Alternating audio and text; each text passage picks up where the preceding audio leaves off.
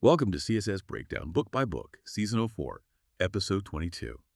In today's profound discussion, we delve into Will Durant's Fallen Leaves to explore the very essence of human thought and the enduring soul of civilization, drawing on his insightful reflections. I've personally been really looking forward to this deep dive. Fallen Leaves, it's not just another book on the shelf, is it? It feels more like a distillation, a culmination of this incredible lifetime of wisdom he gathered. We're talking about someone who's spent nearly 80 years studying history, 60 years writing it. That's dedication. So it feels like a rare chance, really, to get these profound insights on, everything. Life, love, war, God, the big stuff. Durant gives us this sweeping view, almost panoramic, of humanity's journey. The good, the bad, the messy, all of it. And that's exactly what makes this text so valuable, I think. Durant had this unique knack, didn't he, for taking just overwhelming amounts of historical knowledge, that stuff that would make most people's heads spin, and boiling it down into, actual wisdom, something you can use. So our mission today really is to pull out those core insights from Fallen Leaves, the ones that don't just explain the past, but illuminate the fundamental patterns. Human behavior, the challenges civilizations keep bumping up against, those enduring truths about us that just keep echoing. Yeah, exactly. So as we get into this, we're really tackling some huge questions, like how does history actually speak to us? What can it tell us about the parts of ourselves that don't seem to change much over time? And what about the big forces, the ones shaping societies? Family, economy, religion, war. And I suppose ultimately, what path forward does Durant suggest? For making things better, for improving civilization, for us right now. There's a lot to unpack, for sure, but definitely worth digging into. The enduring wisdom of history. More than bunk. Okay, so let's start with this common idea. You hear it all the time. Henry Ford's line. History is bunk. Oh. People dismiss it, right? Like it's just old news, irrelevant. Water under the bridge. Yeah, but then you have someone like Durant. 80 years studying it, 60 years writing about it. That's quite a contrast. It really is. Yeah. And what's fascinating is Durant would surprisingly kind of agree with Ford. If history is taught in that really dry, boring way, that dreary succession of dates and kings, of politics and wars, as he puts it, he calls that approach a weariness of the flesh, just memorizing facts without context, stale, flat. And honestly, if that's all history is, then no wonder students aren't inspired. No wonder we feel like we don't learn anything useful from it. It becomes a chore. Right, exactly. Like being handed a list of names and dates with no story attached. Pointless. But Durant offers a completely different vision, a much richer one. Oh, absolutely. He flips it completely. He defines history as man's rise from savagery to civilization. This is the history that tracks the lasting contributions, everything we've added to human knowledge, wisdom, art, morals, skills, the whole package. Seen this way, history isn't just a list. It becomes what Napoleon called the only true philosophy and the only true psychology. Think about it. Other fields might speculate on how we could act or should act, but history shows us how we have acted for millennia. It's the actual record of human experience, revealing those deep, fundamental patterns. So it transforms into this incredible laboratory, that's his word, right? Rich in 100,000 experiments in economics, religion, literature, science, and government. It's like we get to see the results of countless human trials and errors, every attempt at building something lasting. Precisely. And that connection to our present and our future is absolutely critical in his view. History is our roots and our illumination. It's the road by which we came and the only light that can clarify the present and guide us into the future. Without it, we're just stumbling around in the dark, basically, trying to figure things out from scratch. Someone who really knows this record, who's absorbed these lessons, they're protected, he says. Protected in advance against the delusions and disillusionments of his times. They understand the limitations of human nature, and that allows them to handle things with more equanimity. The faults of others, the flaws in our systems, it doesn't make them cynical, though. That's key. They can still hope, still participate in trying to make things better, but their heart doesn't break when results are modest. Their faith doesn't just evaporate when they see how stubborn human nature can be, how little it really changes over centuries. That's such a powerful idea. History is a shield against disillusionment, not cynicism, but grounded hope, a more mature understanding of progress. It's real wisdom, isn't it? A tempered expectation. It lets you see the deep-seated stuff, the enduring tendencies, but still encourages you to engage, to try to push for that incremental improvement. Be an informed participant, not a naive idealist or, a bitter cynic. Be the unceasing influence of the past. And that really flows into another key idea he stresses. It is a mistake to think that the past is dead. We often feel like the present is all new, right? Cutting edge. But Durant says, no, the past is right here with us, shaping everything. Yeah, his line is striking. The present is merely the past rolled up and concentrated in this second of time. Mm. Just think about yourself on an individual level. You are your past. Your face, he says, is often your autobiography. It tells a story. You are what you are because of everything that came before. Your heredity stretching way back, your environment, every person you've met, every book, every single experience, it's all accumulated. In your memory, sure, but also in your body, your character, your soul. It's not just the conscious stuff. It's everything that's layered up to make you you. So it's not just facts and dates. It's these deep ingrained patterns. And this isn't just for individuals, right? It applies to whole societies, too. Oh, absolutely. A city, a country, a race. Each one is its past and cannot be understood without it. I mean, look at the news any day. Global events, politics, economics. How can we possibly make sense of it without that historical context? How do you tell what's actually significant versus what's just noise? How do you spot the deeper currents beneath the surface changes? And how do you anticipate consequences well enough to avoid, major mistakes? Or getting crushed by unrealistic hopes? Without history, it's just a confusing mess of disconnected moments. We end up just reacting, not understanding. It really makes you think about that other line he has, the paradoxical one. It is the present, not the past, that dies. Hmm? The past seems to stick around, but the present moment, poof, it's gone, becomes past. That's a great way to put it.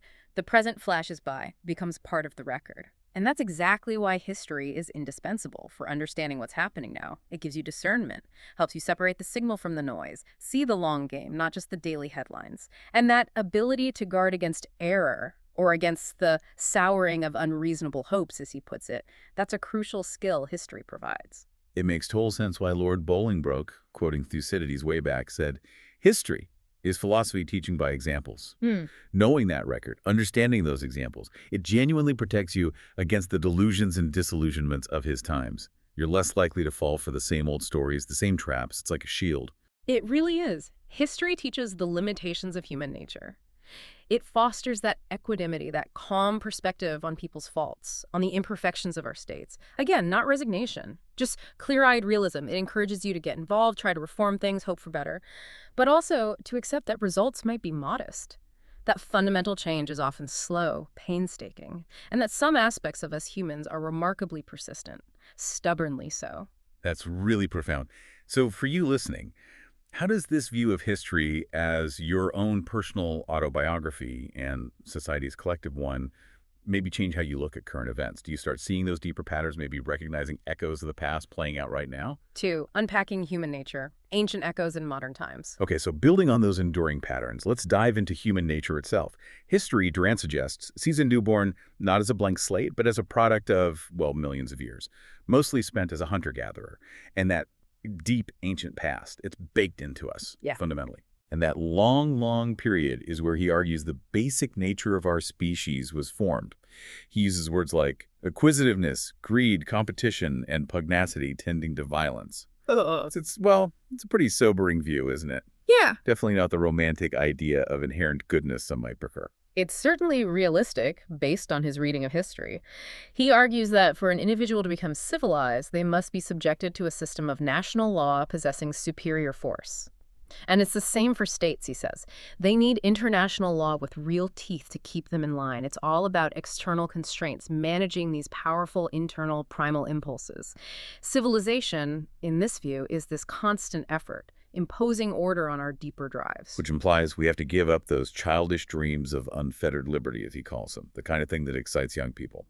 Because that absolute freedom without structure or law, it doesn't lead to liberation, it leads to chaos. Exactly. And while poverty is absolutely a major driver of crime, we can't ignore that Durant suggests the deeper root across all times and classes is this basically lawless nature of man, formed, he says, by a million years of hunting, fighting, killing, and greed. It's a challenging idea because it points to something fundamental within us that needs constant work, internalizing morals, yes, but also external rules and enforcement. It's not just about fixing external conditions like poverty, the immutability of human behavior. And this brings us to maybe one of his most striking, perhaps controversial points about human nature.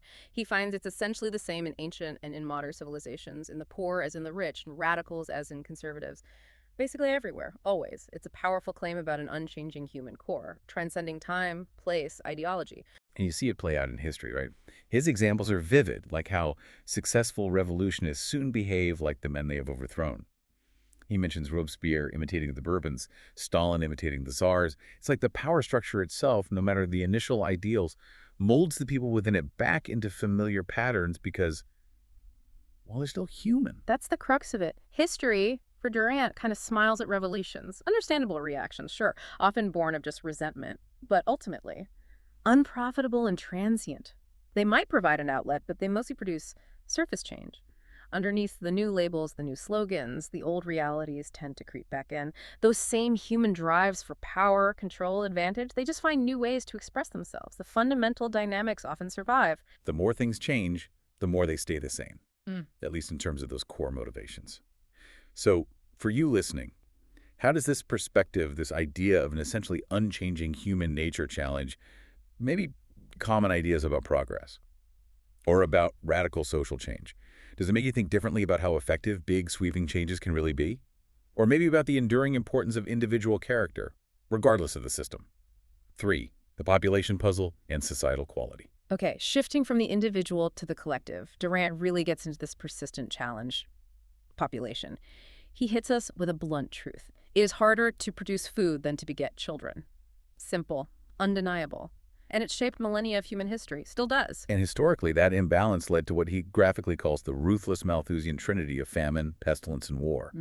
Grim stuff. Those were the natural, brutal checks that kicked in when population outstripped resources, bringing births and deaths back into a horrifying balance, a cycle defining so much of our past. It truly did. He does acknowledge, though, recent successes, especially in the West, in sort of escaping that trinity, at least temporarily. New lands opening up, huge improvements in farming tech over the last century or so that let Western Europe and North America mostly dodge famine, even with populations booming. And more recently, things like better seeds, artificial fertilizers.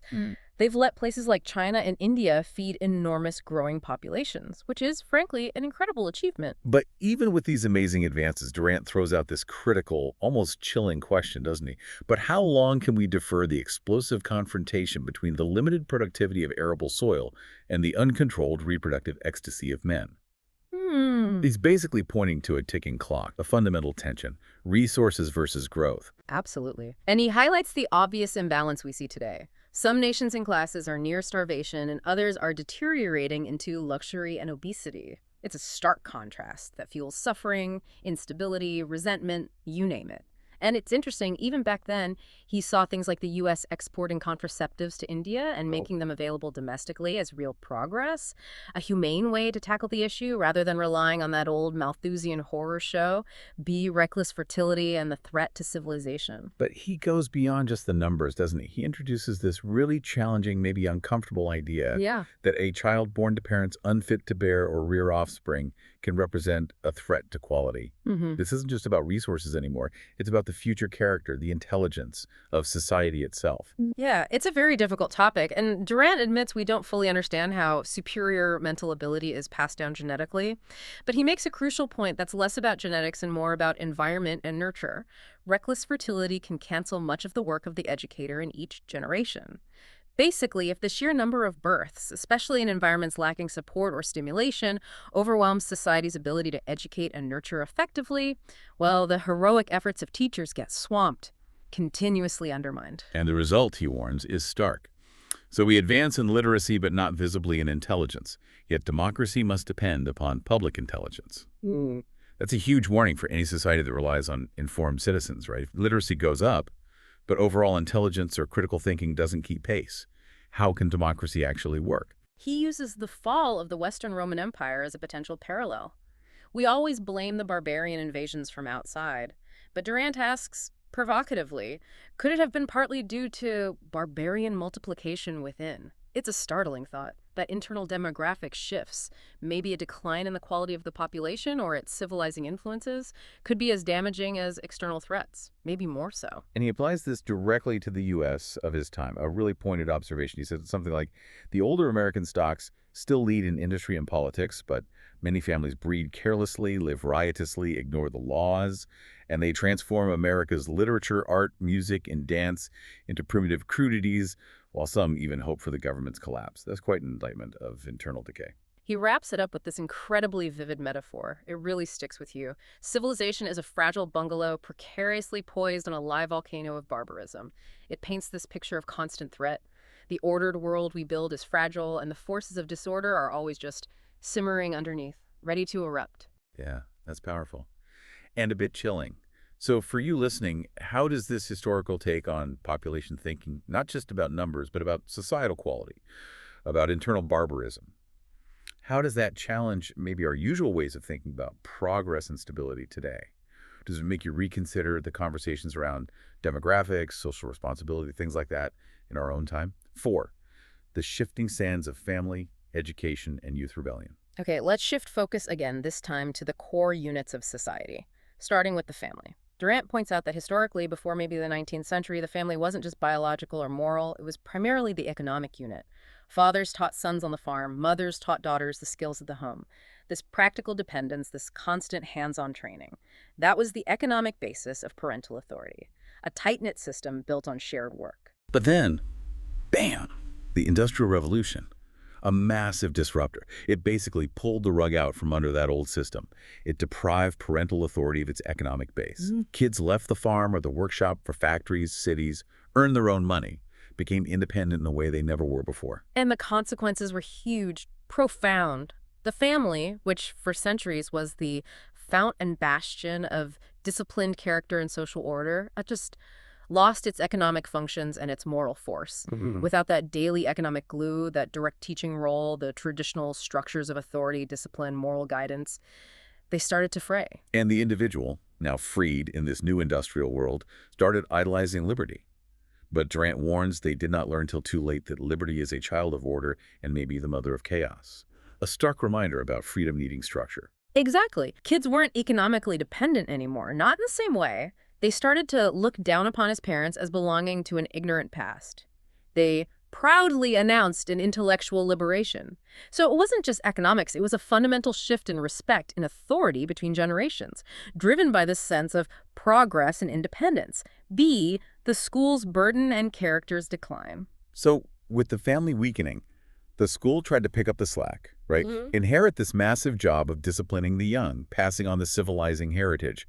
That's a huge ask, putting all that on institutions instead of homes and communities. It was, and the sheer growth of knowledge made it even harder. Information exploded. Teachers had to specialize. They became, as he puts it, intellectual fragments, transmitting intellectual fragments to youths bewildered and unmoored. This fragmented approach, especially in the US and France, he notes, meant education became almost wholly a furnishing of the intellect, while forming character.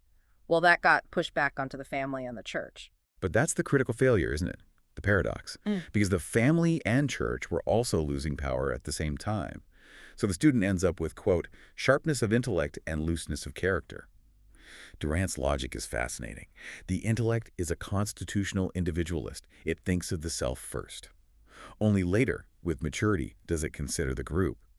So you get smarter kids, maybe better critical thinkers, but potentially less moral grounding, less sense of community responsibility, a dangerous imbalance. See student rebellions and societal disillusionment. Now, student rebellions, definitely not new. History's full of them. He mentions 13th century Bologna, where students actually controlled professors for a while, until the church stepped in. But back then, riots were usually against, townsfolk, maybe about prices or local issues, not usually aimed at teachers or the curriculum itself. That's a really interesting contrast to what Durant saw in his time. He said contemporary student anger was against the relation or lack of relation between the curriculum and the world.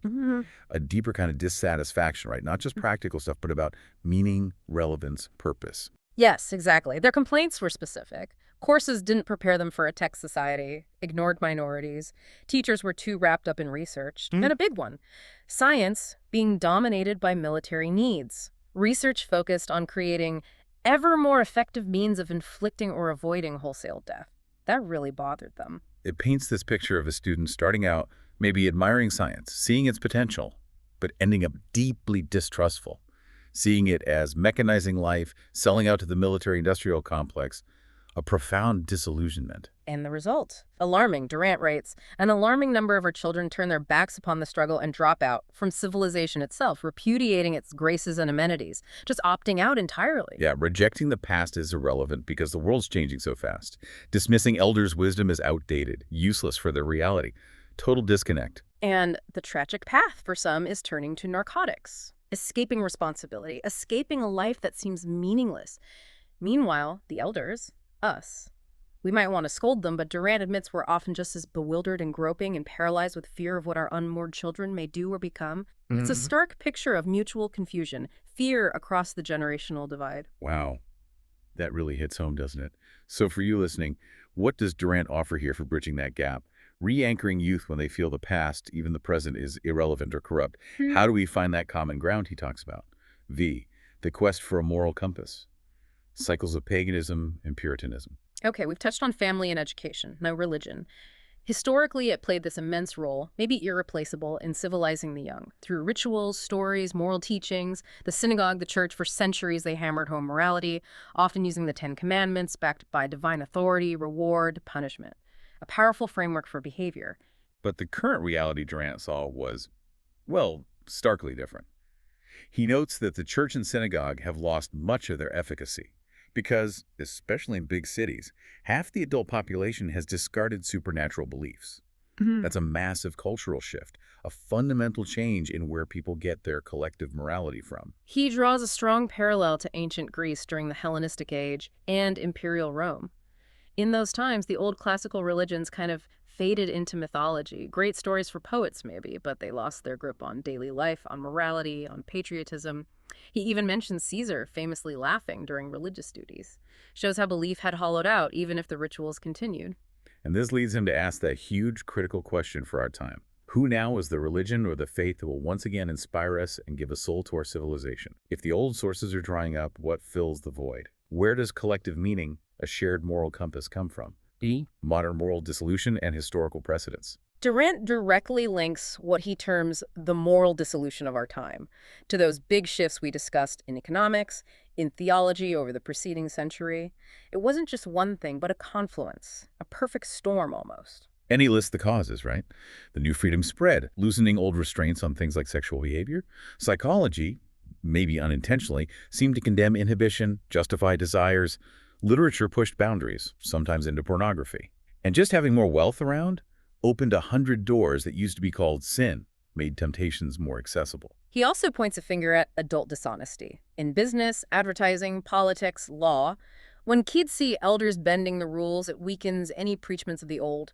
Why follow rules others ignore? Plus, new tech helped criminals the car for getaways. Court decisions sometimes made convictions harder. Prison, tragically, could turn petty thieves into hardened criminals. All these things chip away at the moral structure. It really makes you ask, has history seen this before? Periods of similar moral looseness? And Durant's answer is a clear yes. Usually, he says, in ages of mercantile wealth, urban concentration, and religious decline. He rattles off examples. Sophist Greece, Imperial Rome, Renaissance Italy, Elizabethan England, the Stuart Restoration. Powerful precedents. Suggests a recurring pattern, a cycle. See Plato's warning and the cycles of morality. And this cycle, Plato saw it coming thousands of years ago. Durant quotes Socrates from The Republic. Plato warns how anarchy spreads, from the state to homes, even to animals ignoring masters. Parental authority erodes, masters fear students, young and old, blur together.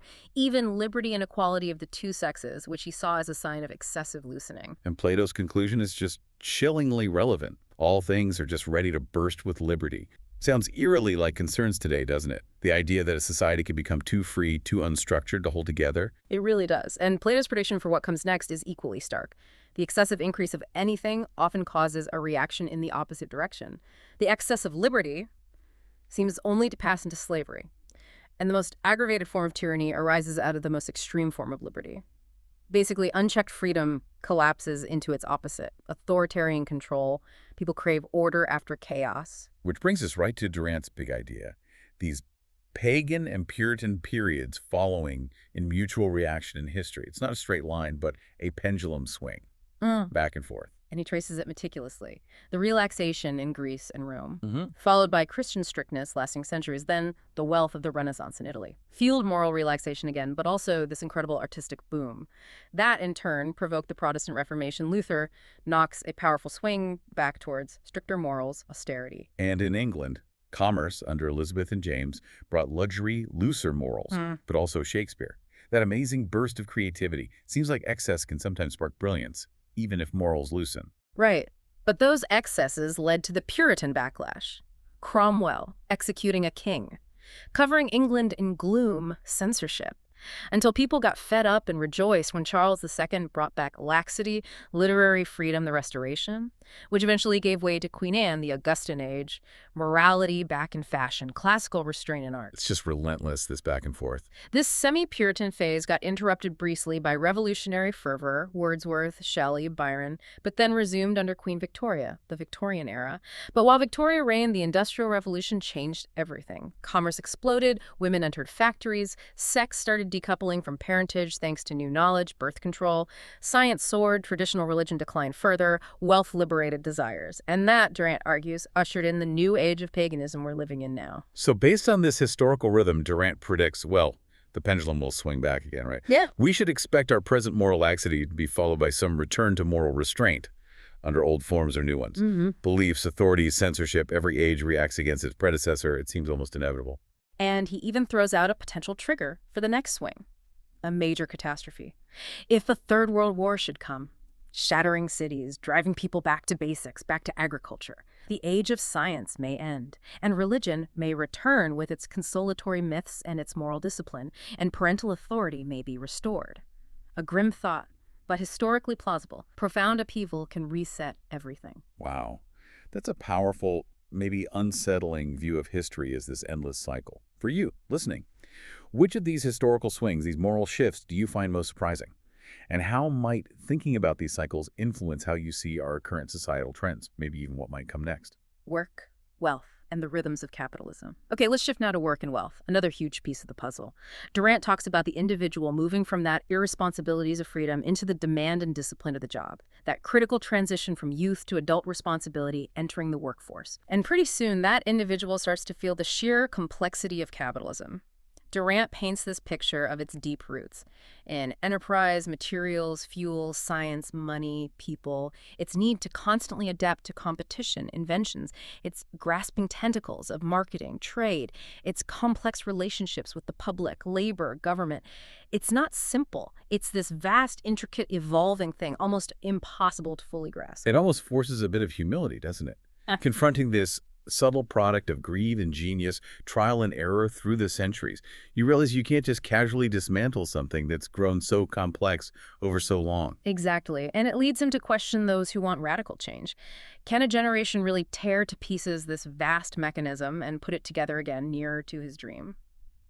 Durant suggests that's a much, much harder task than it might seem to those just wishing for instant transformation. It's deeply complex. Be capitalism's unprecedented productivity and enduring challenges. Now, when Durant compares American capitalism to other systems throughout history, he's pretty blunt about its productivity. He says it has no equal and no precedent. Never before has a system churned out so great and varied an abundance of goods, services, tools, labor-saving devices. It's an undeniable material achievement. And that productivity created the highest standard of living for a huge proportion of people compared to any previous system. That's a crucial point that sometimes gets lost in critiques its unprecedented power to lift millions out of poverty into relative comfort. But what about the flip side? The idea of the dulled worker. That factory work crushes the soul. Durant pushes back a bit. He argues the modern worker is probably no more dulled than, say, a medieval shoemaker, tailor, shepherd, or plowman. It's a pragmatic reminder that not all past labor was inherently fulfilling or stimulating. A lot of it was just hard grind. And are modern people less happy despite the abundance? Durant doubts it. He points to enjoying games, holidays, travel, broader experiences. Were pre-industrial folks less materialistic? Maybe less driven by the itch for advancement, but they still worked for needs. Even Gothic architects or Raphael needed to support families. And even hoping for heaven, he quips, could be seen as a long-term investment for a guaranteed perennial return. The drive for benefit, however defined, seems pretty constant. Which brings us to that fundamental question he asks. Has history displayed any effective substitute for the profit motive? As a driver for work, invention, production. Seems like a really powerful engine, even if it has downsides. Well, people have tried other things. Non-financial rewards, prizes, medals, titles, and they work sometimes. For certain individuals, often intellectuals or artists. But Durant says those incentives have never long worked for the broader labor force of a community. He points to early Soviet Russia.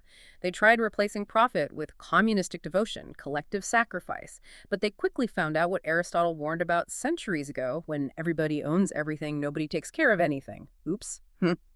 So they went back to unequal pay for unequal work, recognizing that deep human need for individual incentive. In fact, Durant notes the pay gap in Soviet Russia at the time looked a lot like the gap in American industry, underscores how universal that principle might be. See capitalism's defects and the cycle of wealth concentration. But Durant is no blind cheerleader for capitalism. Far from it. He lists its dangerous defects quite clearly. Poisoning our air, our waters, perhaps even our food. Killing wildlife. Recklessly using up resources. He saw these environmental costs, these externalities, way back then. And he really hones in on what he sees as a central inherent problem. Capitalism seems by its very nature to stimulate repeated concentrations of wealth, which then leads to contractions of purchasing power and to depressions. This cycle of wealth bunching up, he argues, is built into the system, almost unavoidable. And he stresses this isn't new. Wealth has always tended to flow uphill and seek a crest. Whether it was conquerors, kings, popes, feudal lords, you cannot make men equal by passing laws. Yeah. There's this natural tendency, it seems, for wealth to concentrate, regardless of the system. And this concentration historically has led to a pathological, almost cancerous condition. Sometimes the only fix was ruinous surgery by revolution. He cites Rome, from the Gracchi brothers trying reforms to Caesar taking over, or France from Mirabeau to Napoleon, violent upheavals born from extreme inequality. But he holds out hope for less sanguinary treatment, less bloody options. He points to remedial legislation, like Solon in ancient Athens or FDR in the 1930s US. In those cases, the tumor was reduced by the painful but bloodless taxation of swollen wealth and its partial redistribution through made work in the welfare state. A slower, less violent way to correct the imbalance. A cycle persists. He concludes that after each redistribution, violent or peaceful, the concentration begins anew.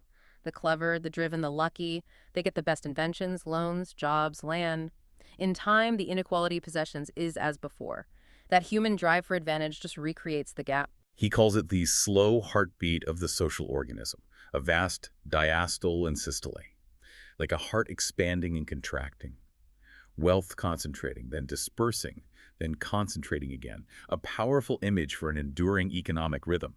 Youth revolt against capitalism and Plato's political cycle.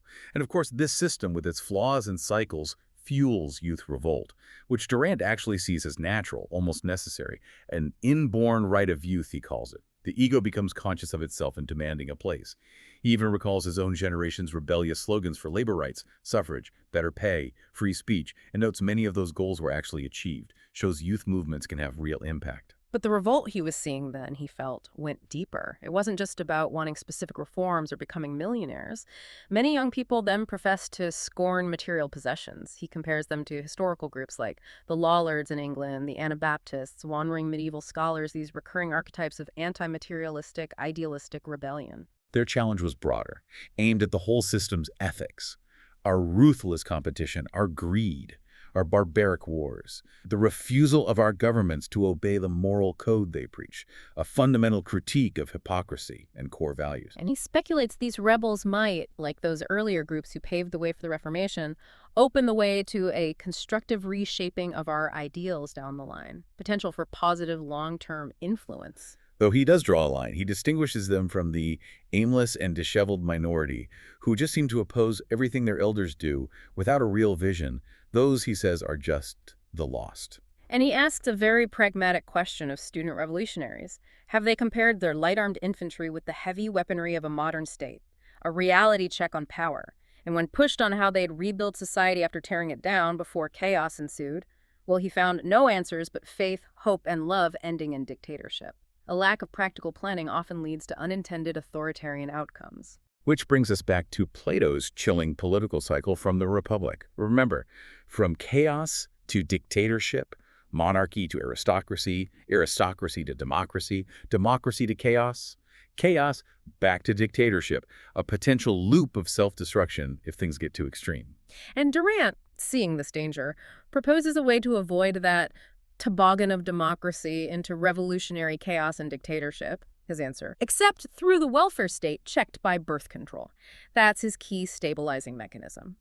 Now, he acknowledges problems, sluggards among the poor, abuses in relief systems, those exist. But he insists the majority in need are victims of racial discrimination and environmental handicaps. So his conclusion is, we must tax ourselves for education, basic food, clothing, contraceptives, shelter for everyone. He argues it's a far less costly procedure than social and political disorder, crushing between them not only democracy, but perhaps civilization itself.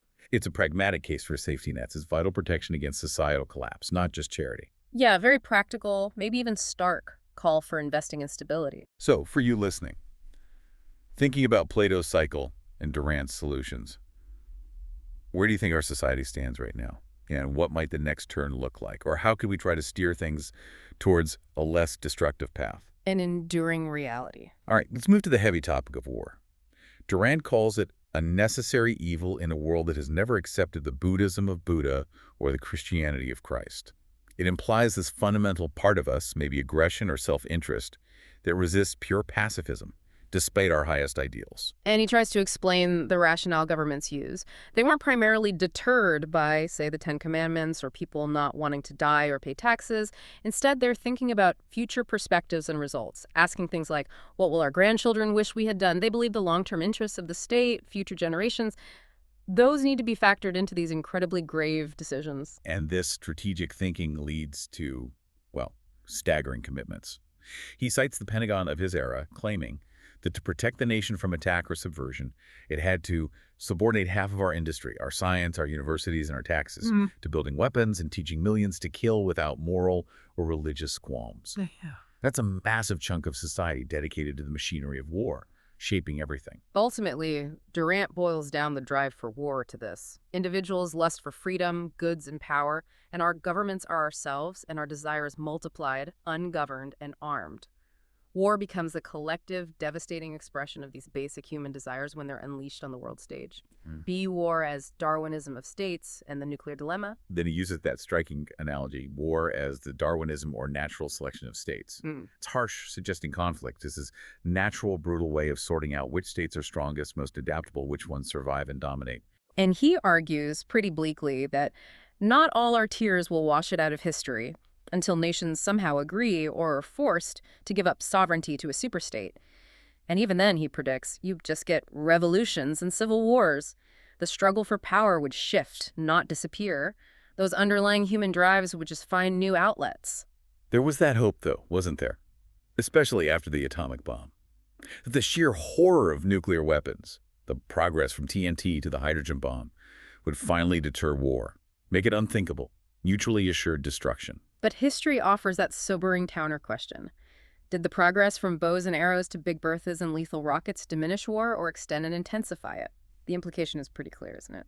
Better weapons haven't stopped war. They've just made it bigger, deadlier, more destructive. Right. The tools change, but the will to use them often doesn't. He did note, with some relief, that his own generation would probably be spared a nuclear holocaust. A small comfort, then. But he ends that section with this looming question, still relevant today.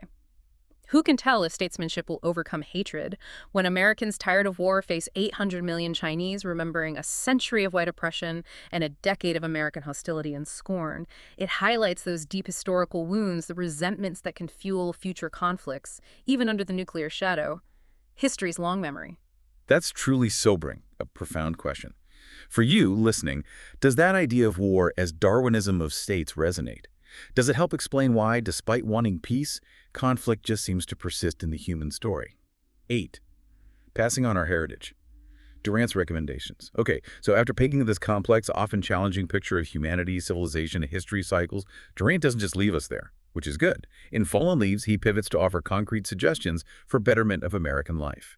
We can really see these as his vision for how we might actively try to improve the heritage we pass on, shape a better future consciously. He starts right at the foundation. Parentage and family. Provocative stuff here. He suggests making parentage a privilege, requiring fitness tests, physical and mental, to breed. And for approved parents, maybe government annuities as support. Plus, restoring parental control over kids' earnings while minors to bolster family authority. Now, obviously, the fitness to breed idea is extremely controversial today, but it shows how deeply concerned he was about societal quality, starting at the very beginning. Then, education. He pushes for balance. Practical job skills for high school grads, absolutely. Needed for a tech economy, but equally important, the humanities. Literature, philosophy, history, arts, for understanding values, life's purpose, how to use leisure intelligently. Plus, he insists on basic health anatomy, physiology, hygiene, every single year of schooling, a really holistic vision. Practical skills plus deep human understanding. For school governance, he had an interesting idea. Student class presidents should be voting members on reform boards, give students a real voice. But crucially, he also says administrators must dismiss students who use violence to disrupt schools. Order matters. And he makes his passionate plea to protect universities, calls them America's finest institutions, strongest defense against dictatorship, alongside a free press. Vital role. For media, he proposed something quite radical for the time. A U.S. broadcasting company, government-funded but university-controlled. The goal: to counterbalance commercialism, bias in private media. Essentially, a call for a strong, independent public service broadcaster, a conversation we're definitely still having. On religion and morality, his approach is practical, inclusive. Urges institutions, focus on morality, less on theology. Welcome anyone accepting the Golden Rule, 10 Commandments, as ideals. And he wants morality education defined as cooperating with the group every week, K through PhD. Plus, detailed instruction in high school, college on sex ed, effects of promiscuity, narcotics, tobacco, alcohol. He even gets specific.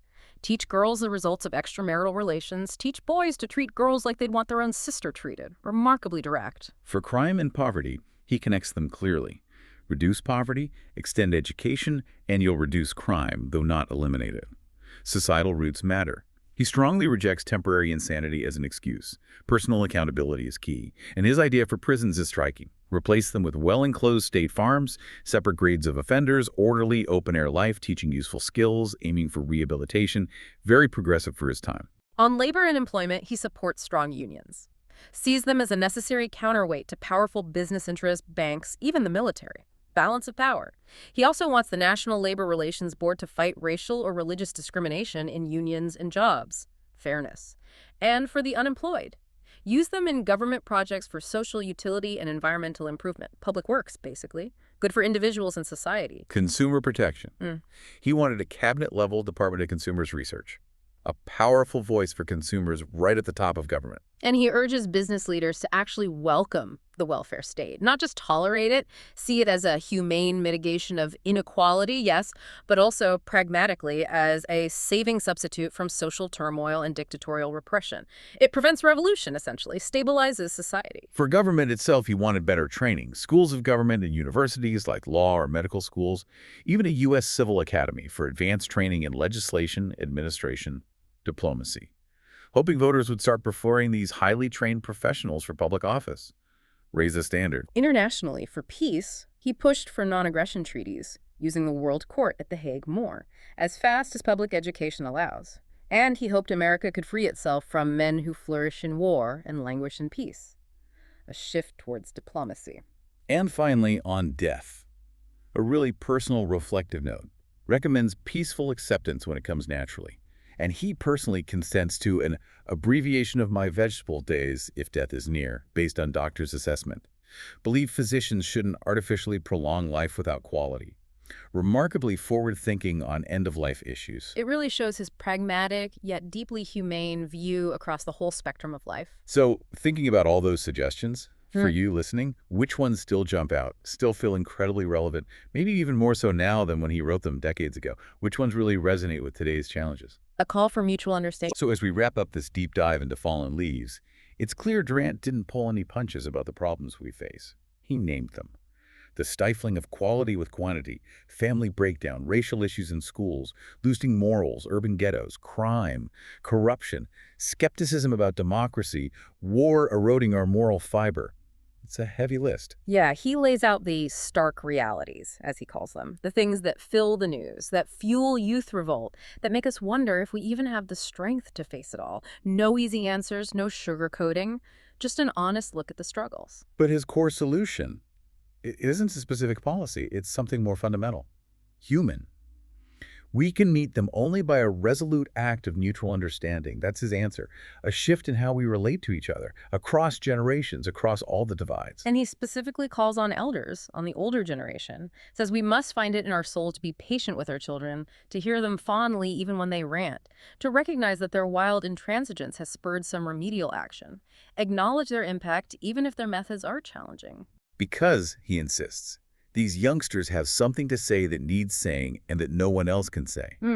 Their perspective, their energy, their idealism, it's vital. It challenges complacency, forces us to confront uncomfortable truths. It leads to this really beautiful idea, doesn't it? Perhaps our national vitality depends upon a continuing tension between youth and age, whereby innovation meets tradition and the ardor of experiment fuses with the coolness of experience. It's not about winning or losing, it's about that productive friction, the fusion of new energy and old wisdom, creating something vital, something new for civilization. Wow, what an incredible journey through Fallen Leaves. This deep dive really gave us that powerful historical lens, didn't it? For understanding these enduring challenges, these patterns in human thought and society, the questions he asked, still so relevant. Absolutely. Durant's work is just such a potent reminder of history's power. To illuminate right now, to maybe guide us forward. His insights on human nature, those societal cycles, the quest for a moral, functional society, it's not just knowledge, it's a framework for understanding our own times. So what does this all mean for you, listening right now? Thinking about Durant's idea that the present is merely the past rolled up and concentrated in this second. What specific action or perspective or challenge from our deep dive might you carry forward into how you see the world? Knowing your choices today are part of tomorrow's history. And we definitely encourage you to explore Durant's work more if this sparked your interest, especially his massive The Story of Civilization. There's just so much more depth there to uncover on your own deep dive. Thank you so much for joining us for this profound deep dive. We hope you'll continue gaining knowledge quickly but thoroughly with us on future explorations.